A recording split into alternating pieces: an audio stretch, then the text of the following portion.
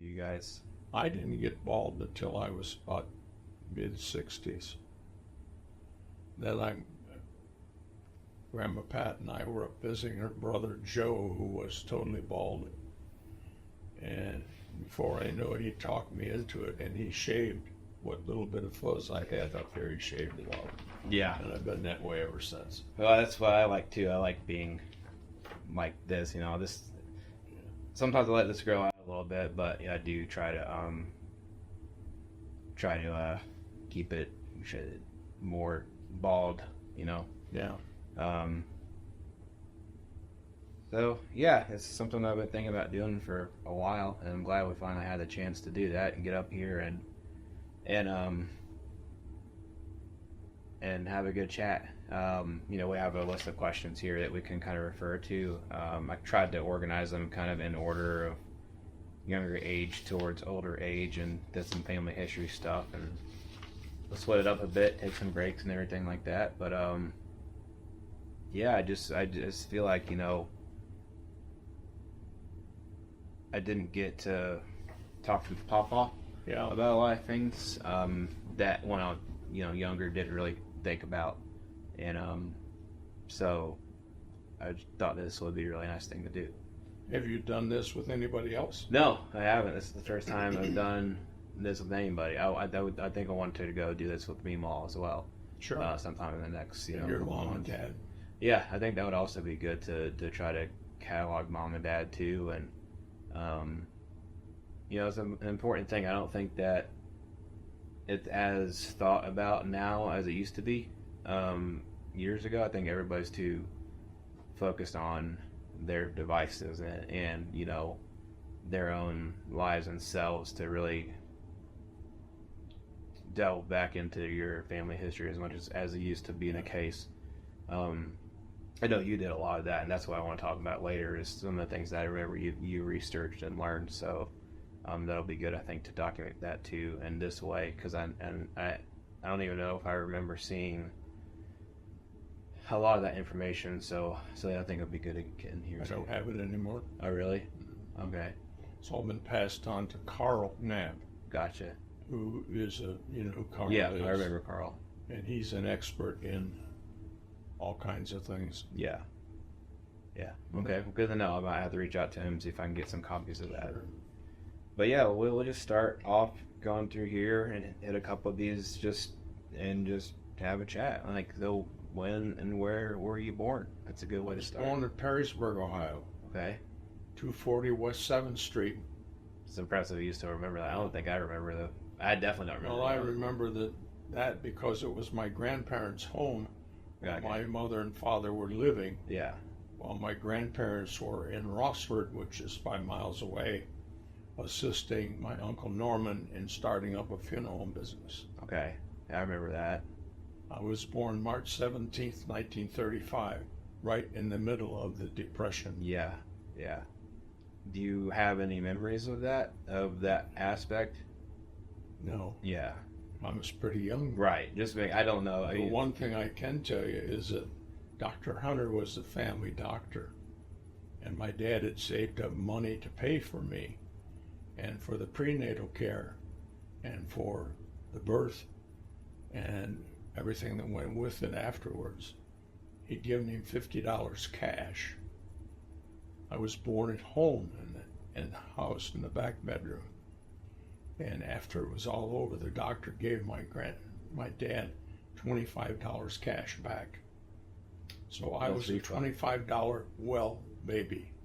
That's crazy.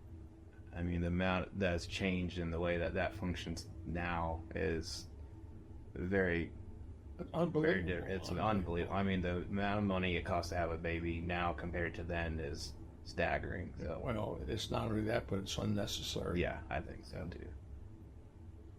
Well, that's good that you have all that. Did you grow up there in Perrysburg? No, I was born there. Right. And my dad worked with Libby Owens Ford in Rossford, Ohio. Yeah. Which is a factory town. And we moved there before I was 1 year old. Okay. And we lived for a while. We lived in a couple different apartments Then he bought a home on what was Windsor Drive, and it was a salt box house. It was square. Why you call it salt box house? Because that's what it looked like. It looked like, oh, okay, like a box of salt. Yeah, okay, yeah. So more like a rectangular Yeah. square shape and everything. We lived there during the war years, and things were a little difficult. Yeah. From the mid-30s on, my mother was a hairdresser, and she peddled newspapers. And Now, what were their names? Your parents' names? Helen Sweet Young Mm-hmm. and Herbert Nelson Young. Right. So then you're a junior. Right. Yeah. The thing that we had to do then was everybody had to work most of the time in order to survive. My dad only had 2 years of college. My mother was a high school graduate, and then she went to beautician school. And my uncle Norman Sweet, her brother, oldest brother, had started a funeral home business in Rossford.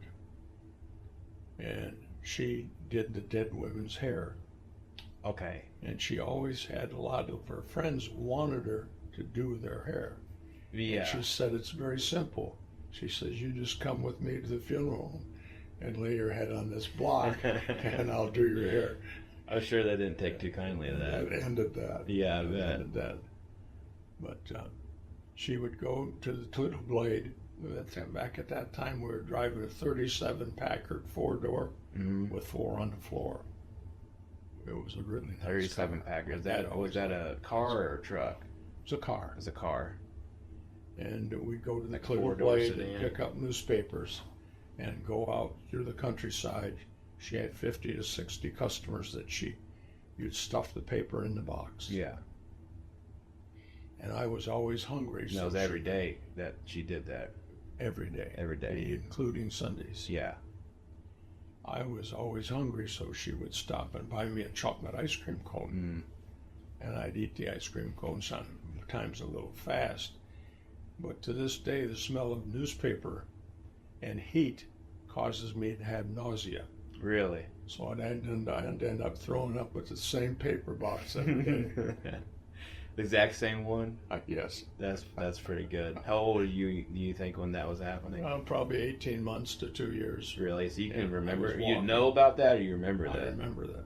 Wow. I remember going to the Blade, which to this day the smell of newspaper bothers me. Yeah, just because you're around it so much. That's very impressive. I don't have the ability to remember stuff back that early. I don't think I can remember. Maybe four or five-ish. I think I have some memories, but back to all the way to 2 or 3. That's really amazing. I don't have anything like that. Some of the other early memories I have is that the funeral home and the family. There's a lot of things you go through that normal people don't go through. Yeah.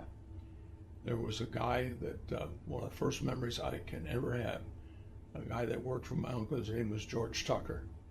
He was a very nice black man, and he was very strong. He could pick up a casket standing on end and move it around. And they had a back stairway coming from the living quarters above the funeral home. And I can remember him taking me and holding me like this as we came down. Really? And then he took me over and held me over a casket, and I looked down on a dead body and a dead woman. That's wild. And I was probably just old enough to walk. Yeah. Well, I can understand why you remember that. That's definitely a little traumatic for a child. But you don't have any fear or Yeah, idea that's true. because you had never been Yeah. exposed to it before. Yeah. Rossford was a working class town. Perrysburg is where all the rich buggers lived. Yeah. And in between Rossford and Perrysburg is East River Road, which in all the Toledo area is the most expensive neighborhood. And in the 20s, estates were built for all the wealthy, the Stranahans that owned Champion Spark Plug Company. Okay. Other people like that. They had big estates along that road. Yeah. It was a nice place to live, nice place to be brought up. We were 2 blocks from the Maumee River, Yeah. which was about half a mile wide at that point in time. And my father was always attracted to water. He had a rowboat, motorboat, but his specialty was a sailboat. Okay. And he couldn't find anybody because the war years, couldn't find anybody to go with him. So I became the crew Yeah. at a very young age. And I also crewed for there was a Comet fleet there, and I crewed for guys there. But Yeah. some of that was a little unusual in that they'd have a pretty good party before they went sailing. And the guy, O.E.M. Keller, was the guy that I crewed for. And we'd tip over to first buoy every time. Because he was a little bit inebriated and couldn't Yeah. quite keep it straight. Yeah. As far as the childhood, between 1935 and 1939, I was the only child, and my sister Sandra was born. Yeah. And then we lived in the same house on Windsor Drive until the end of the war. And Mom and Dad decided to have more children, and Brother John was born in 1944. But October the 3rd, 1944, a day before your birthday. Yeah, that's true. By then, they bought another house on Furnace Place, which is a dead-end street into the Colony, Eagle Point Colony. Is very ritzy area, too. Yeah. And it was a Wozniak home and was handmade and hand-built by the previous owner. He was a carpenter. And it had 4 bedrooms upstairs and living room, dining room, kitchen downstairs, and a full basement, Okay. but only 1 bathroom. That was That was upstairs. okay. It had French doors going into what became a telephone room, and it had a banister and a stairway going up. When did you guys get a telephone? I can't remember that. Phones were always available, Were they? but they were the old crank type. Yeah. Till Right. it became a dial tone, and I can still remember my grandmother Sweet's phone number because I called her all the time. That's cool. Lucas 46126. 46126. So just 6 And digits. funeral home is Walbridge 1477. Yeah, and that was way back before you even needed area codes or anything, Oh, because yeah. there were so few. You just had to punch in, I guess, just 5 or 6 digits. Yeah, It's very they wild were, to think they about. were dial phones, and some of them Yeah. were party lines. They were all rotary still at that Yes. point? Yeah. Mhm. Did you ever have to talk to an operator to make any calls, or is the Long distance. long distance you had the route to an operator and Yes. then they would put you through? Yes. Was that? Can you remember if that might have been like? Was it the same kind of operators? Did you like get to know the operators? Was it the same woman or anything? Was it more of a guessing like a region nationwide? It's a where regional. Yeah, it's a regional thing, Yeah. so it wasn't quite as. Yeah, that's Yeah. you know. But on Vernus Place is where I really got to know and had some friends. Yeah. And you have to know that Rossford was built as a factory town. It had all kinds of individual houses, row houses, and there was one on the main drive, which was at Boulevard Dixie Highway, from a Methodist church they built churches for the people that come here to work, to the bank, which is about a half a mile. It was a solid row of houses called the terraces, and it was basically 2-story, connected all together with walkways ever so often through the houses to the backyard.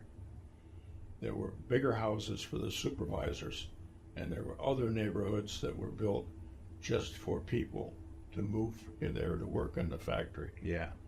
The factory was built in about 1895 to 1900, and my grandfather's suite started working there when he was 12 years old. And he and his family were from Wales, England, Yeah. and they were boar hogs. So they were the people that did the foundations for large things. In fact, part of the family worked on the foundations for the Brooklyn Bridge. Really? New York City. Yeah. That's really cool. Would be caissons where you went down into the water. Mm-hmm. But he worked there and continued on in the factory. What kind of factory was it? Livingston glass. Oh, glass. yeah. So you've been involved in glass the All whole my family, life. all your life. All my life. That's really cool. I don't think I realized it went back that far to even your dad and grandfather. Well, my father worked there with Yeah. my grandfather's suite. Did that draw you to it? Like, did you feel like that's something you wanted to be involved in because it had been something in the family? No, it was the only factory in town. I meant like because you ended up working with Carolina Float Glass and stuff later on. Is that just something that because you were already aware of? Yeah, because I was aware of it. Yeah, that makes sense. But one of the first jobs I had at the factory was they had a building there where the second story was where they made optical devices, telescopes, and that type of thing. Periscopes for submarines, that type of thing. And they required a very lint-free cloth for the final wiping. And I landed a job to ride my bicycle, which was about 1.5 miles to that building, which was right on Main Street. And I'd pick up 2 shopping bags full of these cloths. I'd take them home and I'd wash them, and I'd double and triple rinse them. I would hang them to dry, fold them, and take them back. And I'd get a nickel a piece, which was a lot of money. Yeah, I'm sure it was. How old were you when you started doing that? Probably 7 or 8 years old. I could ride a bicycle. Yeah. I already had a newspaper out. Yeah. So you were already trying to have jobs that young. And yeah. Did you do that because of your own volition, or was that something that was necessary to help the family? Well, everybody worked back then. Yeah. As soon as you were old enough to be able to do things, you started working. That still would have been during the war times that you started Yes, doing that then. And so everything was obviously very lean. That would have been about 1943, right in the middle. About that same time, my Uncle Norman ran a funeral home, and he did most of it by himself because it was a critical skill. I was in the 5th grade, and I remember Mr. Druard, who was the principal, came to the door and said, "Herb, your grandpa, your uncle needs you." Oh, okay. He said, "He'll be around behind the school to pick you up in a few minutes." So I went behind the school, and he pulled up in a funeral coach. And we went down the street and picked up a dead lady and took her to the funeral. Yeah. There were no able-bodied men around to help. So that was pushed down to lower. Yeah. But from that point on, I worked regularly at the funeral home.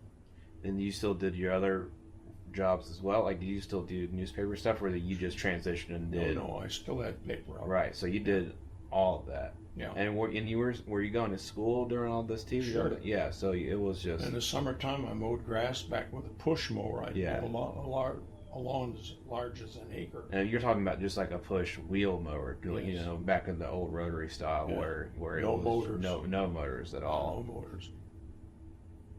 I think I've used one of those maybe one time. That would. I mean, you must have been quite strong to be. Well, I worked in the Eagle Point colony for some folks. Yeah. But my dad worked part-time at the funeral. My mother worked there. And then I got to where I would carry chairs and flowers. It takes a lot of effort to set up for a funeral service.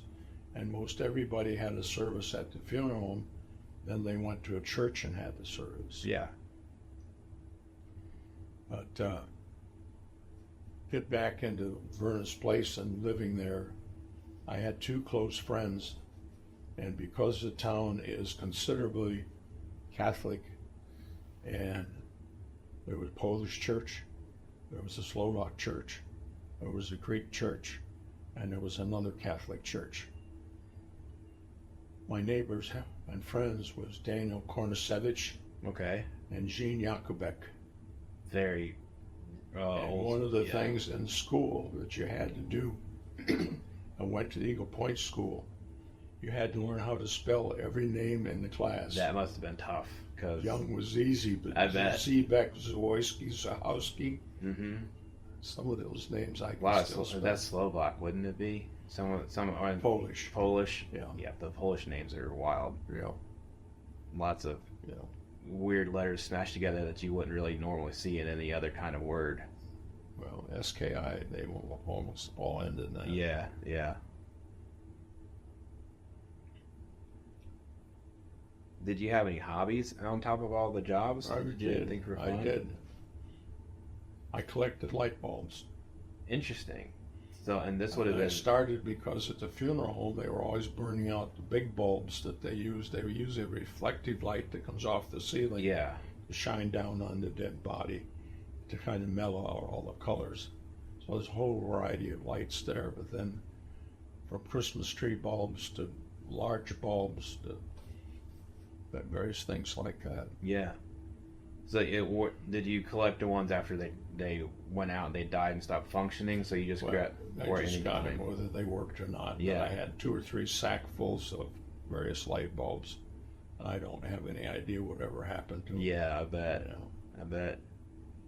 But I had a lot of other jobs too. As I got a little bit older, summertime I helped at the Eagle Point School. I helped Mr. Raker, who was the janitor. He taught me how to paint. And the first thing he taught me how to paint were windows, which is the most difficult thing to paint. The actual window itself or the frame? Frame. The frame, right. Frame So you have to be windows. very careful with where the paint went. And you didn't have any devices or tape at that time. Yeah. You had to have a good steady hand in order to paint. But I continued painting at Eagle Point School, and when I got into junior high school, then I worked there too, and I spray painted the ceiling of the gymnasium. Like one kind of color or any kind of like White. Yeah, okay. Not white, Yeah, but yeah. it was reflective. But spray painting is a different thing. You put on a lot of clothes, long clothes, I'm and sure. grease up. Mhm. Because you have a respirator, but you still have all that, and you have to be careful of your eyes and things. Right. When I painted inside and out for 3 years at high school, and then I ended up having another job where if it snowed, I went up and started up a little blower motor. It wasn't a blower, but it was like a little tractor, Yeah. and plow all the walks in the school system at 5 o'clock in the morning. So with all these little small jobs and things like that, did you have to account for like taxes or anything like that? No. Or that's what I thought. You just kind of worked as But almost all the money I ever made went into the bank okay. because I was saving for an education. Yeah, yeah. So you were working towards your education more so than That's right. Yeah, that makes a lot of sense. And So you had 3 siblings total, or 4? 4. 4. So we talked about Sandra. Sandra. Yeah. She was born in 39. Okay. John was born in October. Third. Right. Sandy was born the 23rd of October of Okay. 39. He was born in 44. David was born in 46. And Mary was born in December of 48. Right. And she was she was 13 years younger than you, so you Right. were already a teenager by the time she was born. Right. And my mother and father had a built-in babysitter. That's true. Yeah, So I that you took were care able of to all help. of them. Yeah, that's right. Yeah. I remember you telling me about that. That you really helped raise all of your siblings. Yeah.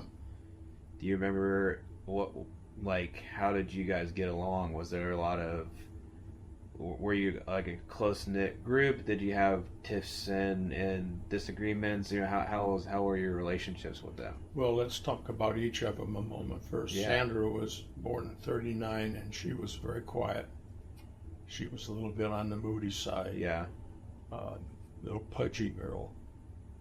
John was born in 44, and he was quiet too, but he was extremely intelligent, and he paid a lot of attention to detail, and he became a draftsman before he was finished. David was a wild one. Yeah. You know, your brother has one now that's a wild one. Yes. Charlotte. To is give you an definitely gonna be example, wild. David, when he was probably 8 or 10 years old, they were building new houses. It was after the war, and there was an expansion going on of houses. He was playing tag one day, And rather than get tagged and caught, he jumped out of the second-story window of a house and landed in a pile of bricks. Wow. Broke his arm very badly. So I'm commitment. then I'm 13 or 14 years old. I had to take him. Yeah. My mother drove me, but I had to take him to the doctor. So actually the break was like this in the arm, and they had to set the arm. Man. He's committed to tag, I suppose. I guess he won. We also found out a little later on he was dyslexic. Yeah, so he couldn't read as well because of the letters. He had a lot of trouble learning, Mm. but he was really a genius when it came to electronics and that type of thing.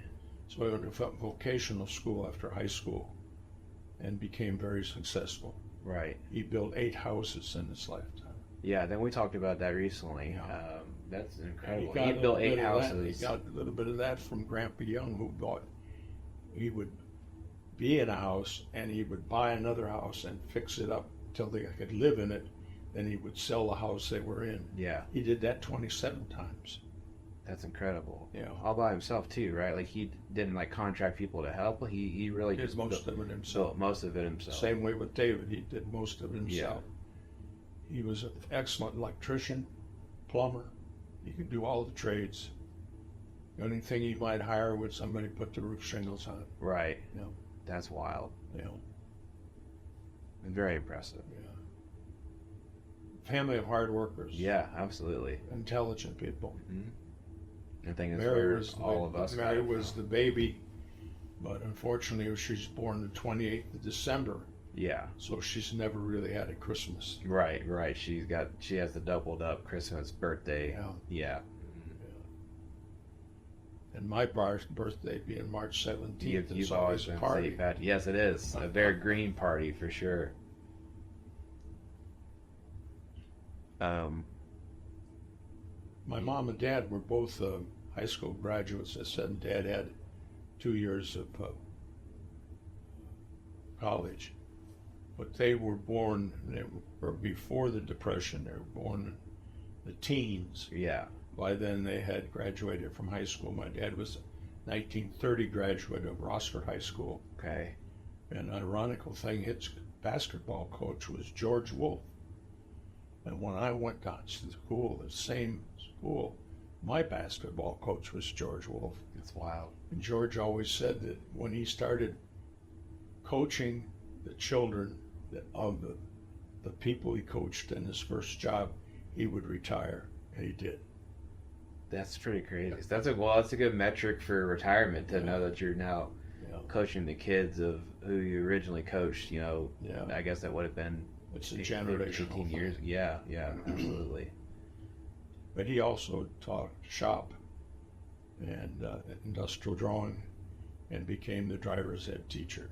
Yeah. But he stayed on. What was driver's ed like back then? Was it taken? I don't know.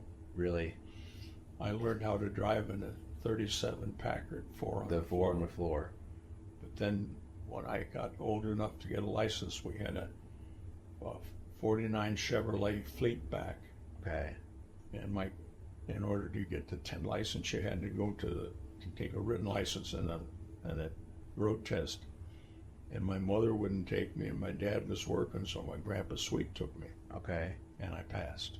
I'm sure you did. What was that, like maybe 15, 16? What was the age for it? It was 16. Okay. But, you could get a temporary at 15. But in Michigan, we had family farm. It was the Negley side of the family. Yeah. Grandma Sweet was a Lydorf. She was the daughter of a first-generation German. And her sister married a Negley, who was a farmer. And he moved to a little town, Bannister, Michigan, 27 miles north and east of Lansing. And they end up having dairy farm, all kinds of cucumbers. Yeah. That kind of stuff. So that we definitely I think we have farmers on both sides of my family thing, because I know that on me and Papa's side, there was lots of farming that they did up Southern in Illinois and Indiana. So I don't think I knew that we had farming on your side too. So well, that makes But sense. I went up there that young, about 12 years old. I was driving tractor, Yeah. and we would go up and spend 2 to 4 weeks, and they had a herd about 100 dairy cows. You know And what had to get up at 4 o'clock in the Were morning. they Holsteins or They were black and whites. black and whites? Gotcha. But by then they had automatic milking machines, and they had such thing known as a starter and a stripper boy. Yeah. And that was my job. That was to wash the cow, get it working, and then put the milking machine on. And when the milking machine was over, there was still some milk left in the cow. That's where the cream came from. Yeah. So you got to work on that. Do you remember if anything like that kind of, I guess, blew you away as from the technological aspect? You know, like the first time you saw an automatic milker. I mean, because at the time, you know, those things would have been revolutionary.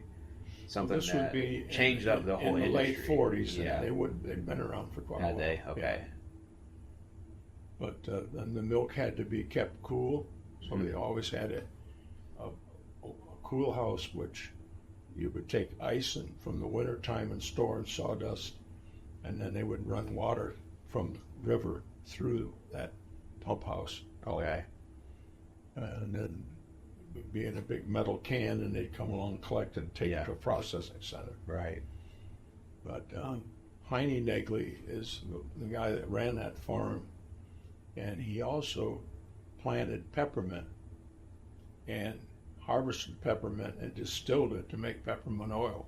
Wow. And back then, a gallon of peppermint oil was worth $50,000. Really?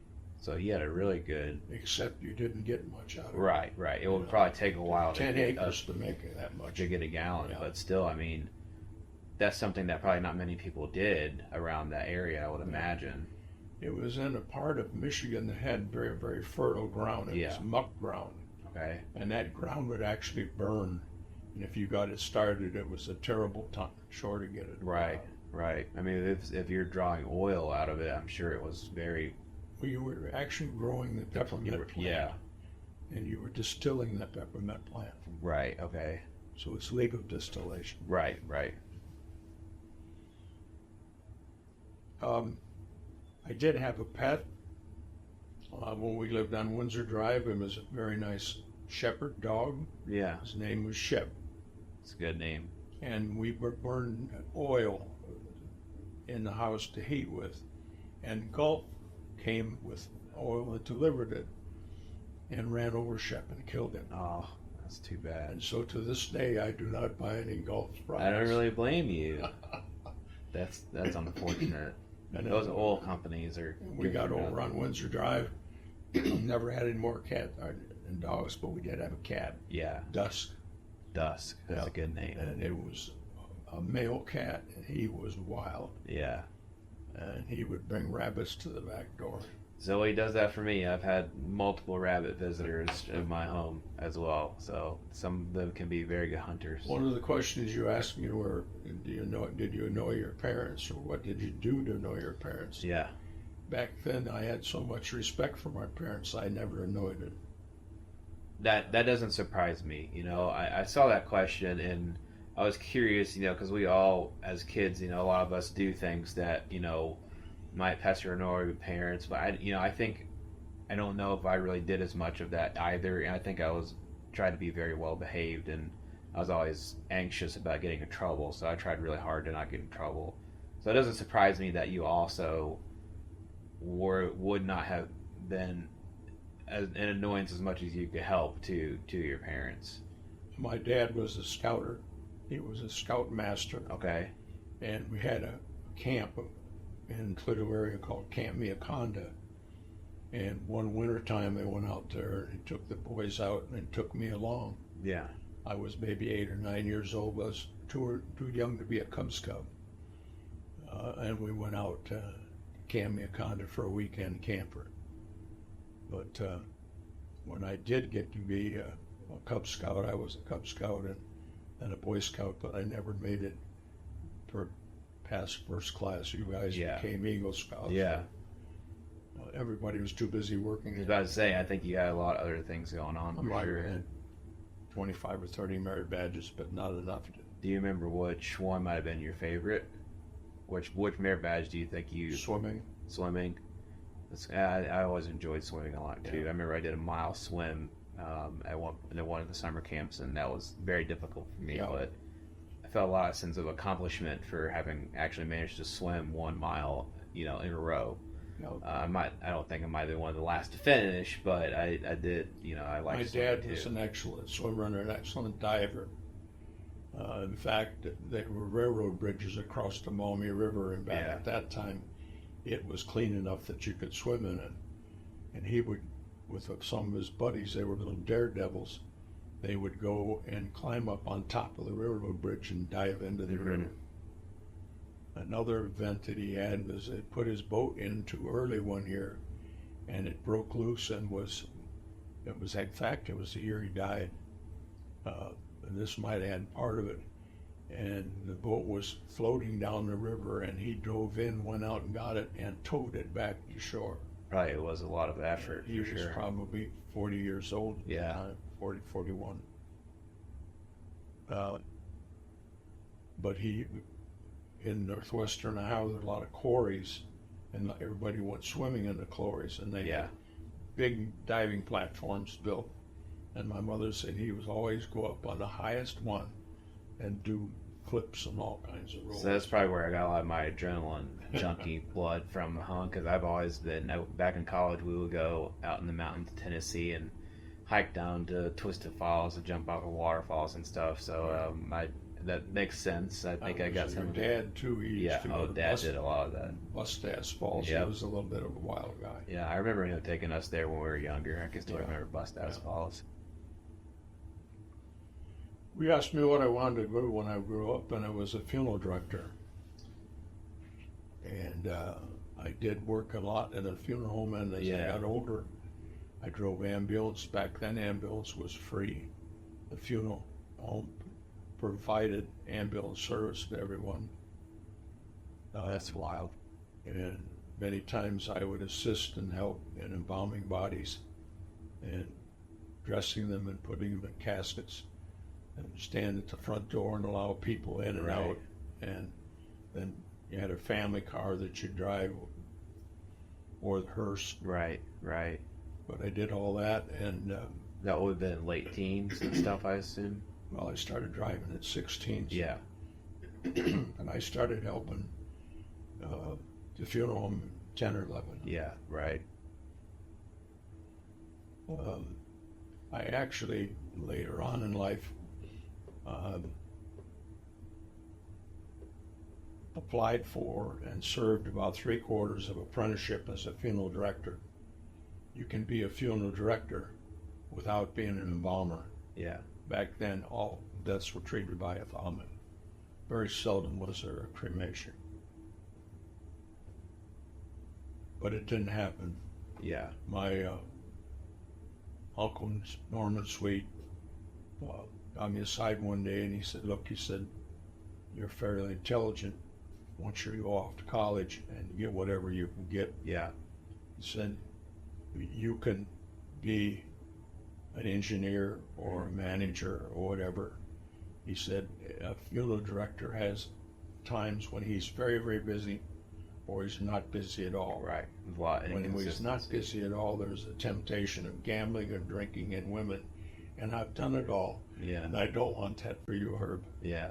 So it was an important discussion. Yeah. Sounds like it was a good direction for you. Yeah. Give you some better direction. So then you went to college at that. Right. But before I went to college, May the 3rd of 1953, my father died. Yeah. He was 41 years old. He smoked 4 or 5 packs of Camels every day, unfiltered, and he worked like hell. Yeah. He had a very stressful job. He was the chief industrial engineer for a plant of 7,000, that's how big the factory in town was. So he was between the union and the company in negotiations a lot. Yeah. And he and his wife were raising 5 children by then. So it was a stressful Yeah, life. absolutely. Probably not a whole lot of time to rest.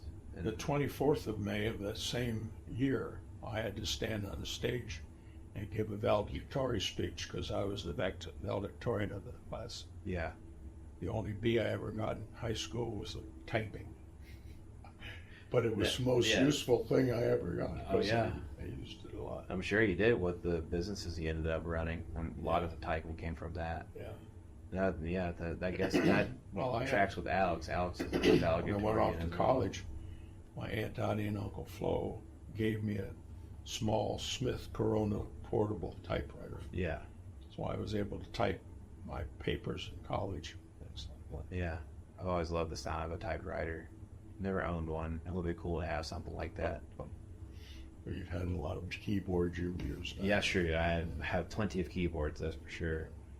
Well, my favorite subject in school was science and mathematics. Yeah, me too. It was basically all preliminary for getting me into engineering. What kind of science was your favorite? Chemistry. Like stoichiometry?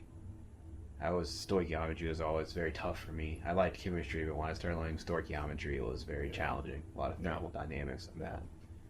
I like physics a lot. Physics, I think, was my favorite, and I'm trying to get back into physics again. I really enjoy physics and the study of astronomy and stars. So, but yeah, I don't think I knew that you were that focused on science. That's good. That's awesome. Well, my father was in a poker group. Guys used to play softball, and they'd come back to our house where the poker group usually met. And that poker group took up a collection. And my dad died when he graduated. He gave me $500. Yeah. With the stipulation that I pass that $500 on to my brothers and sisters and their children, which I did. Yeah. And I was able to get a tuition scholarship to Miami of Ohio. My aunt and uncle, Dottie and Flo Sweet, had met there and graduated class of 1940. He was right at the start of the war, so he went into the Navy. But I didn't have money for anything other than the basics at college, and they paid for my fraternity fees, Yeah. which to me became very important. Yeah. And I joined Beta Theta Pi and went through all the rigmarole that you do, and I worry now about hazing. Back then it was pretty difficult. Right, I'm sure it was. Definitely a common part of all of that back then that wasn't nearly as But in order to get through college, I waited tables in the dormitory. Each guy had 2 tables of 10, and you had either the waiter for that table, and I waited table for 3 meals a day. Then that paid for my board. Yeah. In my room, I was a counselor in the dormitory, and that paid for the room. And when I got to the college, the fraternity, and lived there, I had to pay my own fee, but my aunt and uncle paid my fraternity fees. It's really good of them. It's nice to have people that can help like that. So how long were you in college and the fraternity? Was it a full 4 years or? Well, there's some difficult decisions were made. I was taking pre-engineering at Miami of Ohio, and I worked every summer. They call it now internship, but I worked at Livione's Ford for 5 summers. Well, what was that place? Livione's Ford was a glass company in town. It was a big factory in town. Yeah. I started out on the labor gang, and we painted the houses, the row houses that belonged to the company. The people lived in. Worst job you can ever have. We painted about 10 miles of fence. Oof.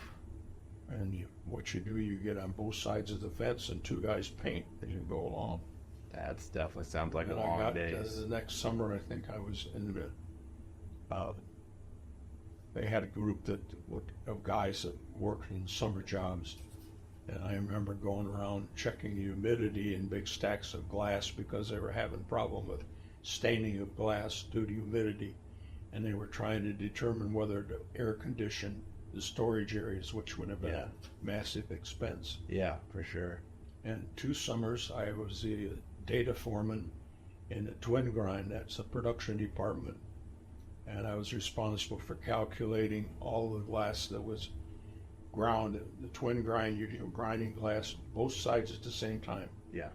12-foot wide sheets, 1/4 inch thick, going down across these things. And it was a combination of the cast iron runner, they called it, and they pumped sand up into that to grind. Right. And had, as you went down, you had, down the line, you had finer and finer sand till it came out, and then glass had to be cut and ground and polished. Yeah. But that was got me going, and I was with some pretty important people in the company, and they talked to me and said, if you want to do anything with this company, you have to go to an engineering school. Yeah. And I loved Miami, and I loved the fraternity, Yeah. but I decided to leave there and go to an engineering school. Case Institute of Technology in Cleveland would take more credit hours than anybody else. I was looking at Purdue, Yeah. and I was looking at Toledo University, but did not have a good engineering school, but Case did. So I went to Case, and then I was there for 2 years. So you did a couple years in Miami, Ohio, and then 3. 3 years, and I then went to school 5 years. finished off with Case. Case. Yeah. And there I was in a new curriculum called, it was a chemical engineering specialty, but in place of laboratories, you took business courses, you took all kinds of things that helped you in the managerial side. Yeah. Learning So accounting. my and degree finance. actually was in engineering administration with an option in chemical engineering, and it was equivalent to what today would be a BS in chemical engineering Yeah. and a master's in business, and it served me very well. Oh yeah, so it sounds like a very good combination. Probably helped you really understand how to go make your own businesses down the road. That and then working for people, you Yeah. know, a lot of things. Yeah, for sure. During that period of time, we're going to go all the way back to being a freshman in high school. When I first was in school, I was up at a drinking fountain with it, getting a drink of water. Back then, it was a white T-shirt and a pair of wash pants, and I had on wash pants, and I was bent over at the drinking fountain when this girl came by and slapped me on the fanny. Yeah, That became your Grandma Pat. that's a good intro. So I was a freshman in high school. So she instigated She was a it. sophomore. Yeah, We started dating, and we dated steady for 7 years before we got married. it's wonderful. And part of the deal was that she was a Roman Catholic.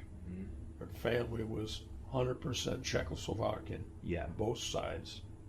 So she was 100%er, and she went to Catholic school at the St. Cyril Methodius Catholic Church. I went to the Protestant school right. church, and I was big in the Methodist Youth Fellowship. In fact, I was the president of the Methodist Youth Fellowship of Toledo area when I was in high school. And everybody thought, well, maybe I'd be the next Methodist minister. Yeah, So while I was at Case, I decided that Pat and I should be married. And so in 1956, I started taking instructions in the Catholic Church yeah, from a priest who was on a sabbatical in Newman Hall, which was the Catholic moved back then. And he was an Irishman, and he was an enjoyable guy to be with. And I couldn't understand why he was there. He and I would argue like hell about everything, and he could keep me going in religion, and it's basically all the same religion, yeah, but we don't go about it a different way. right. He baptized me, and he confirmed me. Now, bishops only have the right to confirm.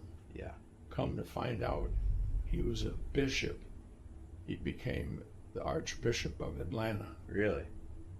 Paul J. Hallinan was his name. Yeah, And if it wasn't for him, I'd never become a Catholic. There's something going on here. I don't know what it is. you check it. Drink of water. My sister Mary. Yeah. You turn this off a little bit. Yeah, we can stop it. So that's a good place to take a break.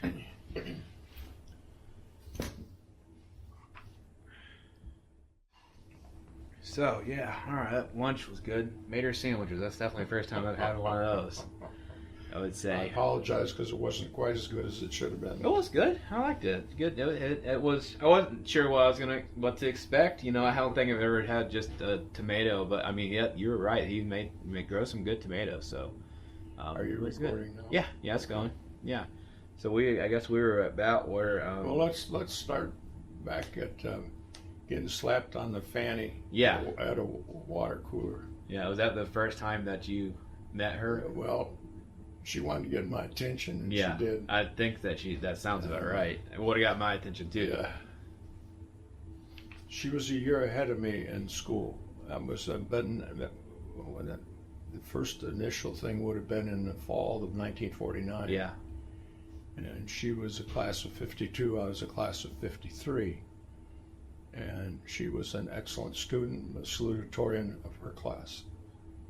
A very highly trained, highly educated secretary. Mm-hmm. And she became an executive secretary for Livingston Ford again Yeah. at Rossford. Okay. And she was so good that they transferred her downtown, and she became the secretary to the chief buyer for Livingston Ford.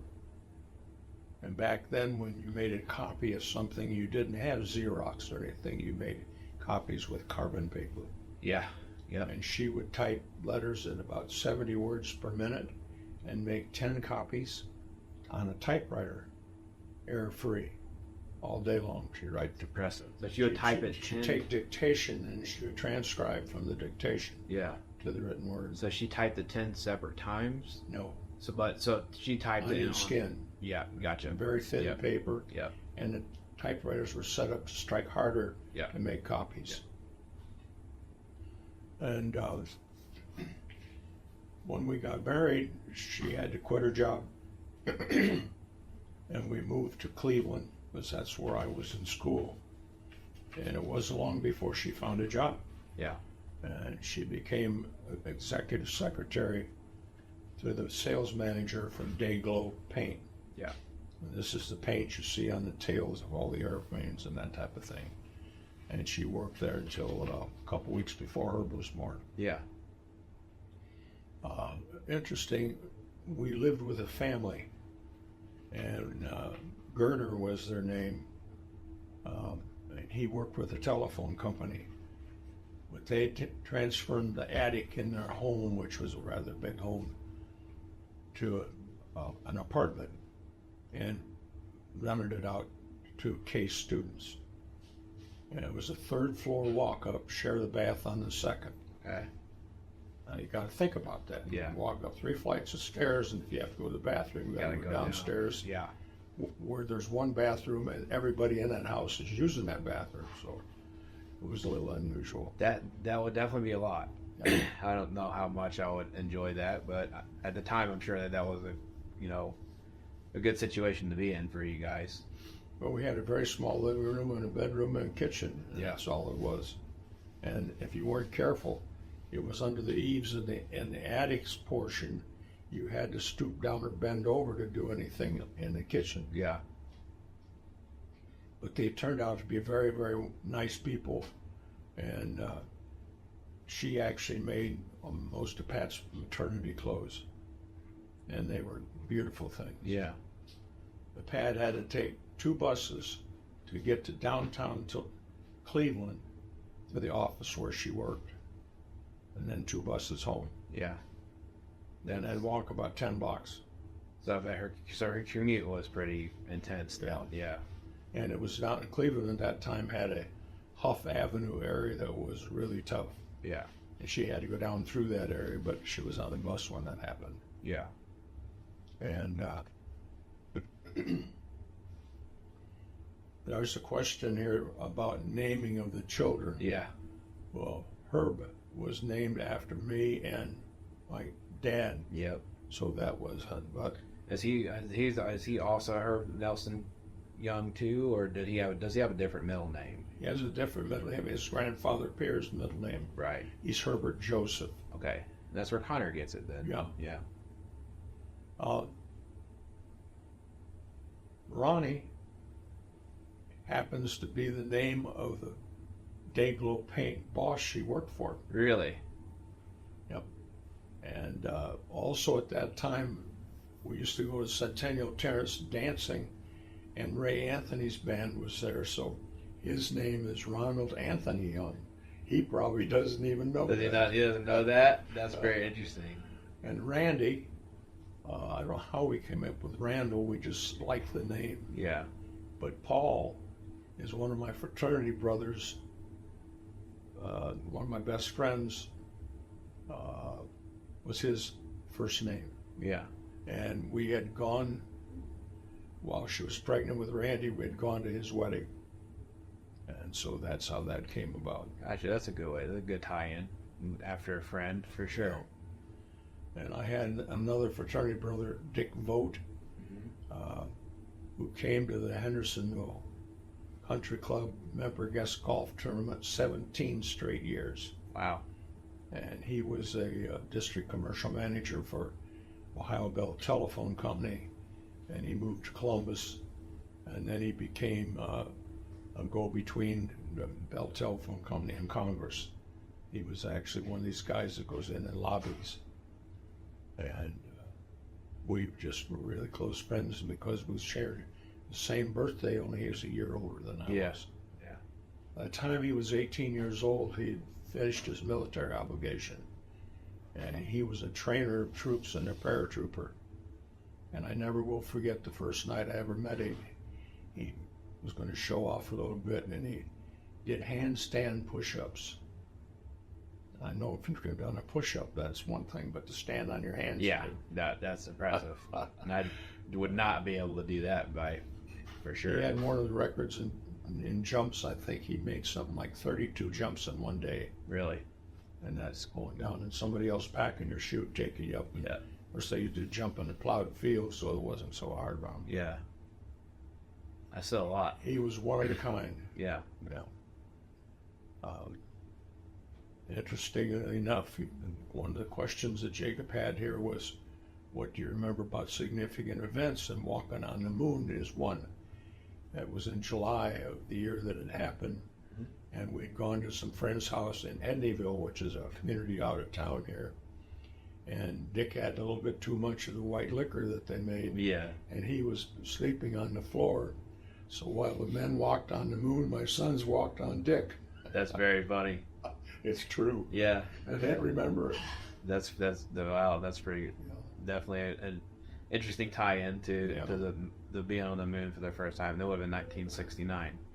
Another thing you asked was, what was most significant thing you remember about things happen in your life?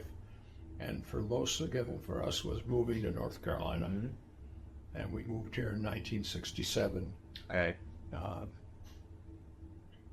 Did you come straight to Hendersonville? We came from Defiance, No, Ohio. That's right. But you moved to Hendersonville directly, or did you guys live somewhere else first? No, I can't we remember. came from Defiance, Ohio to Hendersonville. Yeah, right. And I was able to buy a house, and we moved into a nice neighborhood. And we were told if you go south, you won't find a Catholic church. You can't find a Catholic school, and that was not true. Yeah. We had a great church to affiliate with and a good Catholic school that the boys graduated. Right. Was that house you moved to the same one that I remember going to, or did you move again? No. We were in that house for almost 50 years. Yeah. I have a lot of memories of that house Yeah. for sure. It was a great house. It was a very unusual house. It was Yep. in form of an iron cross. Mm-hmm. And we're fortunate enough to be able to have a little stream in the backyard. And there was a couple acres behind it. Yeah, I remember playing in the woods back there. So we had a built-in playground in the backyard for the boys. And we were the flattest lot in the neighborhood, and everybody played basketball in our front yard, in our backyard, and they played softball in the front. Yeah. Yeah, I have a lot of memories of going there. I remember sledding down from the top of the cul-de-sac at the very out of your driveway up to the left, you would go all the way up. When it was snow, with sled on the metal runner sled. And if it was a really good day from snow and icy, you can make it all the way down to the end of the street. I still remember you could that. turn and go down the other street. You could. Too. If you had got the turn just right, you could definitely keep going. There were 8 houses on that street, and I think there were 22 children. Yeah. A couple houses. The Stonemans had 5. Going across the street had 5. We had 3. It was a great place for kids to grow up. It was a good neighborhood, good area for sure. Quiet. Hendersonville's been very good to us. I did a lot of work as a volunteer in the Chamber of Commerce. And while I was here, I decided that I needed to educate myself a little further. So one of the courses I took was a speed reading course at Blue Ridge Community College. Yeah, I remember you telling me about that. And that increased my reading speed by about 4 times. And as I got further into the contracting business, I was able to take an AIA document, which is a big, thick thing, and you learn to read for exceptions. Right. You and basically memorize the entire document, then you look through it for something that's an exception. One thing led to another, and I decided that I ought to be able to have some other abilities. So I took studied for and took a real estate broker's license. I obtained that. I never bought or sold a piece of property for a fee, but I bought and sold a lot of property for me. Yeah. For us. And later on, and I helped many clients obtain pieces of ground for factories that we would build. When I was first in Hendersonville, I was involved in industrial ceramics. It was Basic Ceramics at the time. It was a brand new operation.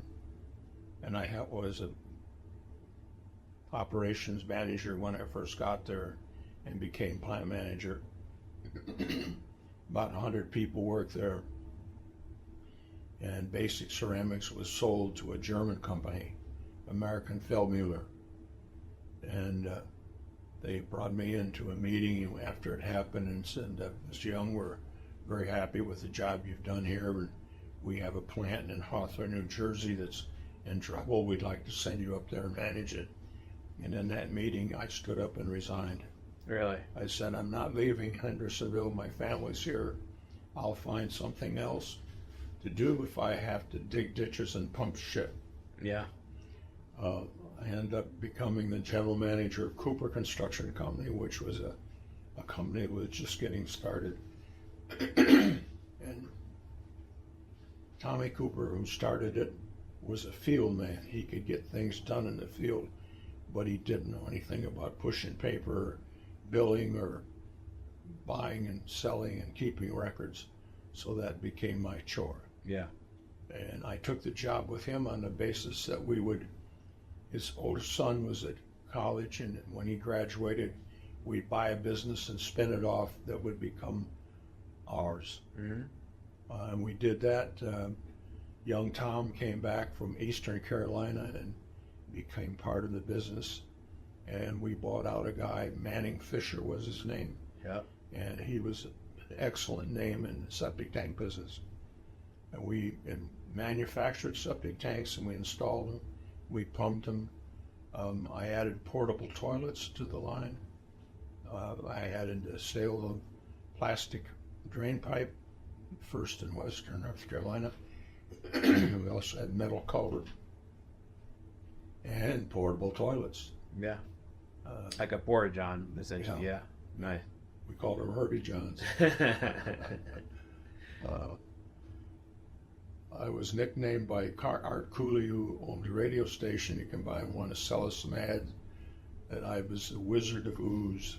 Yeah, like I remember Art Cooley's name. I think I remember hearing his name. Well, one of the things I decided to add then was that there's more ways to take care of septic than in a septic tank. There are treatment plants now. Yeah. There's aerobic and anaerobic decomposition. So I took a course and became a waste treatment plant operator. Therefore, I sold treatment plants and operated them. And one of the biggest projects was when Rockwell put in a truck axle division here. I sold them a treatment plant until they could get connected to the Asheville municipal sewage, and operated that on a daily basis, 7 days a week Really? for almost 2 years. You ran that? Yep. Yeah. So I have a license to operate a treatment plant as large as the city of Hendersonville. Wow. So did you do that on top of owning? I guess was it dry core at that point? No. So it was still Manning Fisher. So many fish. So you did both of those? Sure. Wow. That's a lot. Well, That's impressive. you learn how to Yeah. find other people, and there's 30-some people. Yeah. So you kind of were Manning Fisher managing Company. Manning Fisher Manning while you Fisher were. Company, we would make about 1,100 concrete septic tanks a year, and we installed about 600 a year. Yeah. In addition, all types of repairs. And with the public utility contractor's license, we did sewer lines and water lines, a lot of emergency stuff for cities and the towns around, as well as individuals and developments. One of the things I offered was for Pete Green, who was the largest builder in the area. He had various developments. I would go with a sanitarian, and we would walk a lot and lay out where the septic tank and drain field would be so it wouldn't interfere with the house. Yeah. And then for doing that, I automatically got the job to install the septic tank. And then septic tanks require service. Yep. They require pumping every 3 to 5 years. So we had 2 septic tank pump trucks that both ran, and it would pump 5 to 7 loads a day. Yeah. And it was a nice money stream. A lot of logistics to keep track of for sure. That to know that you got to hit these houses and 3 incoming phone lines and 5 outgoing radios, and I sat at the desk and manned it all. yeah. I wrote every work order, and before I go home at night, every job that we did was billed and in the mail, Yeah. and all the money we collected was deposited at the bank at night. Yeah. And nights I didn't get home till 7 or 8 o'clock at night, but you get in before the crew gets there to line out the day's work, and you stay till the end to get it done. It's not easy to run a business. No, definitely not. And that, I mean, there's so many differences between that and I ran a photography business, but one thing that sticks out is you were almost guaranteed return clients in business that would continue for years. Whereas, if I, as a photographer, would shoot a wedding, you wouldn't really get return business out of that. So it can be tougher to do that because, all photography clients don't really keep coming back year after year after year for more photo work. So I could see how that was a really good industry to get into, where you just are securing the future of your business on top of, that initial client base. So that makes a lot of sense. One of the things as a small business, man, you run into those bad debts. Yeah. With the portable toilets, we got to the point that we set a portable toilet on a job, and if it wasn't paid for by the end of the first month, we'd pick it up. Yeah. So all we would lose would be 1 month. Yeah. Many guys would pay you before you brought it out, but we would average about $50,000 a year in bad debts, which were basically uncollectible. Yeah. And you would just write that off as a loss, right? That's what we Yeah. did. Right.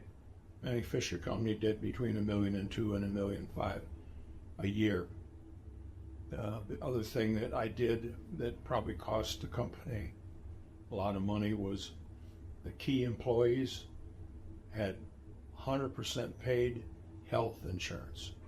It's wonderful. Also, they had a vehicle to drive and the gas to put in it, and 2 weeks vacation and 7 paid holidays. Nobody in the construction business did that. We didn't make a lot of money, but we took care of a lot of people. Yeah, I'm sure you're one of the most sought after the places loyalty to work. that you get by having that Absolutely. turnover of the 6 or 7 key people was zero. The time I was there. I bet. Well, then along come a cousin, Jim Sweet, who was working for Toledo Engineering Company in Toledo, Ohio. And they're the largest designer and builder of glass plants in the world. And there was a turnabout in the glass industry going to non-union construction. And they wanted a front man to start a business in the South for non-union construction of glass plants. Yeah. And that was in 1978. About Thanksgiving, they came down and we talked. And by then I had a building contractor's license in addition to the other licenses. And I had a track record of working for Cooper Construction Company in its infancy and starting, and Manning Fisher Company. And they offered me to start a company for non-union construction in the glass industry. And I agreed. It meant taking myself and the key secretary, Alice Trantham, away from Manning Fisher Company because we had a large business to run. Part of it was getting the licenses for that business, and most of mine were transferred. So we set up an entity, and from a meeting between Christmas and New Year's to February the 1st, we were incorporated. Wow. And we were going to try it out. It started out as Tricor. Yeah. And I was on the phone with the people in Raleigh who said Tricor's already taken, you have to go something else. And I went back to my grandma Sweet, who used to count to me in German, so Ein, Schein, Drei. Yeah. Tricor. That's how the company got named. We didn't want it to mean anything, but we wanted it to be a little bit different. Yeah. Tricor was started. I was the only employee. Alice Trantham was the second employee. And by October of that year, we had a $10 million backlog of work. Really? We're doing some work in Texas. Wow. So I had to go to Texas, and I had to establish a contact in Texas, and Ernie Eckelman, his fraternity brother, was there. He became our personal representative in Texas. And then I had to sell myself to the union guys from TECO, Toledo Engineering Company, that were going to be building this thing. And it worked. Yeah. And by the time we finished with that one job in Texas, we worked in more than flat glass. We worked in fiberglass, bottle glass, specialty glasses of all kinds. So in some big industries. A normal float glass plant for the furnace is the size of a football field. The tin bath, where the glass comes out of what they call the tank, it floats on a molten bath of tin in an atmosphere, and fire polishes both sides. Now this is 12 feet wide and moving about 100 inches a minute. And it goes down, and then it goes into a gear which reheats it and makes the stress free. And you go down another couple 100 feet, and you cut it. It's called cutting and capping. Yeah. The edges where the nerval drive through the tin bath. You have to cut that off, and then that would be conveyed back, be remelted. But one of these furnaces would produce 1,000 tons of glass a day. That's a lot of material. Yeah, absolutely. So the one in Texas was your first one. That was the first one, and all we did there was the tin bath. We did not tin bath and furnace. We didn't do the entire building. So did you do the design component and sourcing the materials, creation, building, all of that? For that, or that was subcontracted to the engineering company. Okay, so but we were an independent company with no ties to them whatsoever. That was part of the double-breasted operation of a union, non-union business. Okay.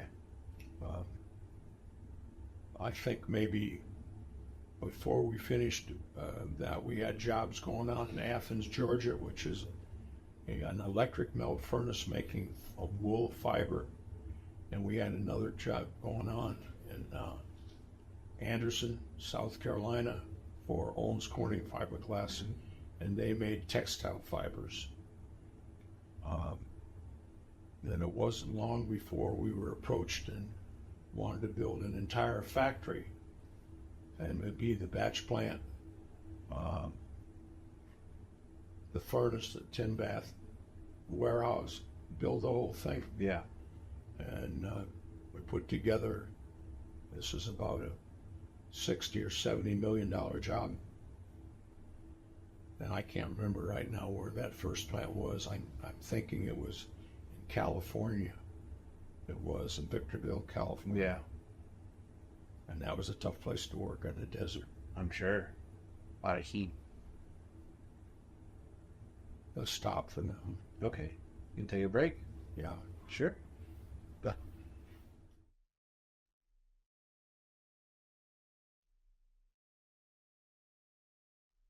We were in a meeting where it was supposed to be just a rubber stamp, 4 o'clock in the afternoon. Yeah. And Roger O'Shaughnessy, who was the president and 60% owner of Cardinal, myself, the new plant manager, his wife, air discharge permit guy, there were 5 on our side, and 600 people showed up. Really? All against a smokestack industry. Somebody had convinced them in the precious part of West Virginia that you couldn't do that. Yeah.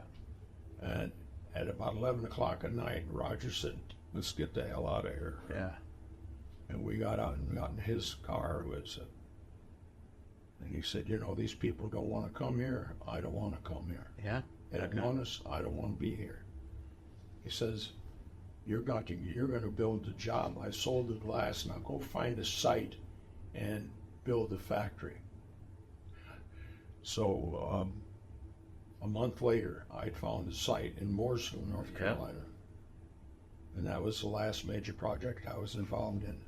I actually put $25,000 of my own money down to hold a 100-acre piece of property till we could close on it. When was that? Was that in the 90s or earlier? It's 22 years ago, I think. So that was in the early 2000s, wasn't it? Yeah. Yeah. Maybe, I can't remember exactly. I think that would have been around the time I was in high school, or going into high school. I remember taking you guys out there and showing you the size of the work. And I wish I had more memories of that. That would have, I mean, I remember, I've gone there since, you know, I was just there a couple of years ago, which is cool to go back and see that, but Well, that was about 105 acres, and it was a 600,000 square foot factory. Yeah. And it's been modernized since, but it was from the time we got the air discharge permit, which was the start of, we could do certain grading and certain work and planning and purchasing. From the time we got the permit and started work to where we could heat up the furnace, that's to what you're looking for, was 11 months and 22 days. That's really impressive. I mean, you're talking about $80 million job. Yeah, I mean, that's a really short time frame for something that large. I mean, that plant's huge. Yeah. Yeah. Lots of bust-ass work. I'm sure it was. Yeah, that's pretty awesome. It's cool that there's something like that. Dry Core, in the time that I was with them, I think we did 7 of those complete plants. Yeah. We did one in Menominee, Wisconsin, again for Cardinal. That was the first one for Cardinal. And we did another one down in Wisconsin, Dells. We did another one, by then I was working for Guardian too. We did another one in Iowa.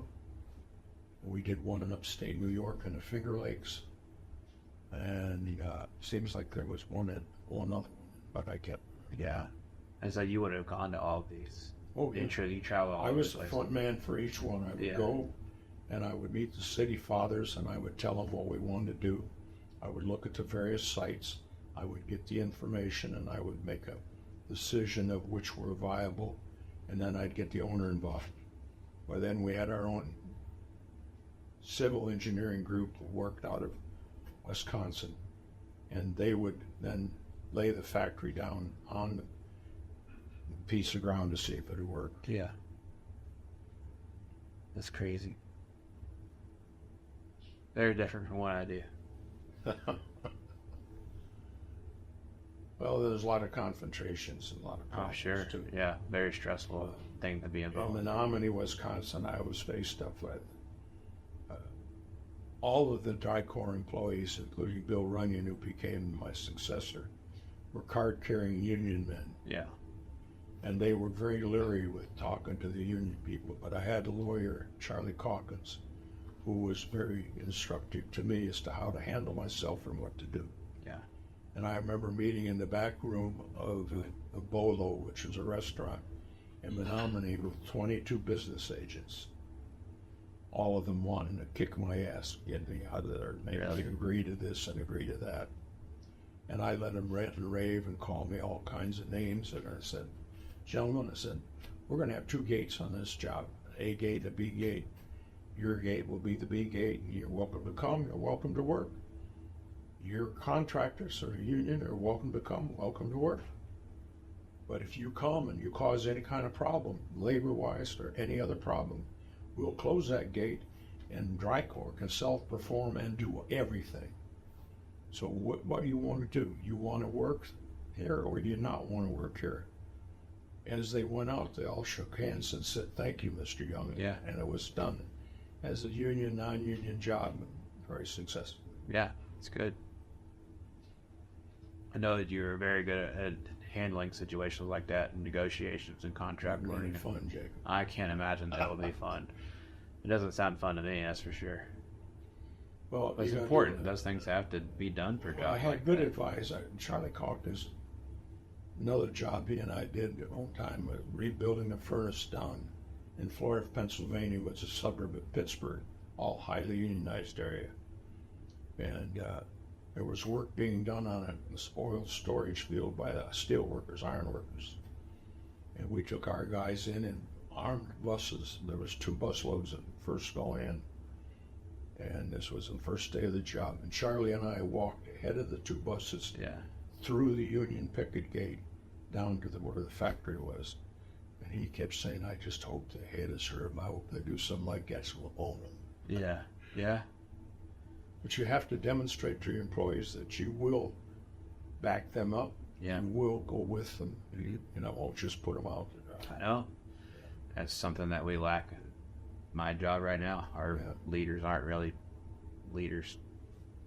But we got to the point we would have two jobs, like one of those going simultaneously, and maybe 3 or 4 other repairs. Yeah. Drycore still has existence. Really? Mm-hmm. I wasn't sure.